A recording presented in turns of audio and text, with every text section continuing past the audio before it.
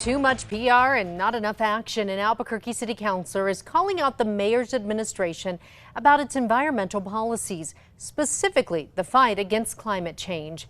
News 13's Ariana Kraft is live outside of City Hall with the story. At last night's city council meeting, Tammy Feeblecorn asked administrators one pointed question after another about sustainability and didn't like the incomplete answers. I was surprised on Earth Day to see that the mayor had re-signed the climate accord. We signed it 4 years ago. What progress has been made in our greenhouse gas emissions for the city since that first signing? Mayor Tim Keller has been seen at press conference after press conference over the years, touting his commitment to sustainability and renewable energy and introducing the arrival of electric vehicles and solar projects. I believe that our city should be 100% renewable, not in the faraway 2075 future, but like in the next 5 years. Last fall, the city submitted its first climate action plan, and at last night's city council meeting, the General Services Director, John Craig, stepped in to answer questions for the city's sustainability officer, who was out of town. He told councilors the city is focusing on reducing greenhouse gas emissions from city-owned buildings. Over 55% of greenhouse gas emissions come from buildings and the energy used to power those buildings. And so we've really tried to focus on what we're doing in regards to making our buildings more energy efficient. But Councilor Tammy Feeblecorn pointed to the fact that there's no building electrification policy in place. I just went to a new building that's being built by the city of Albuquerque. It still is using fossil fuels.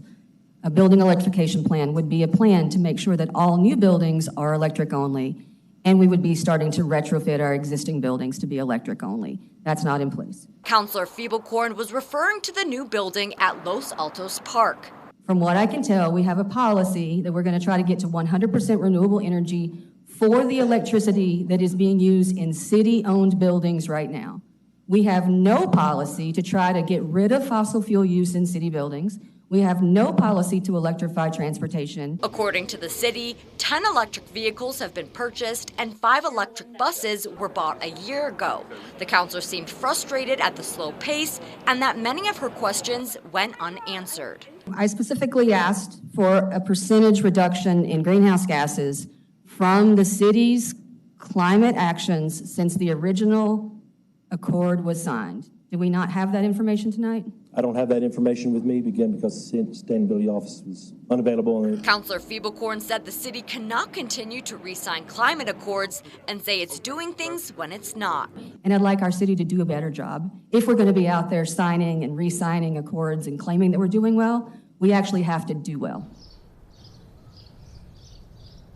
In an email today, the mayor's office disputed Feeblecorn's claims, saying city government is now running 88% on renewable energy and is on track to reach the 100% goal by 2025. Back to you. All right, thank you, Ariana.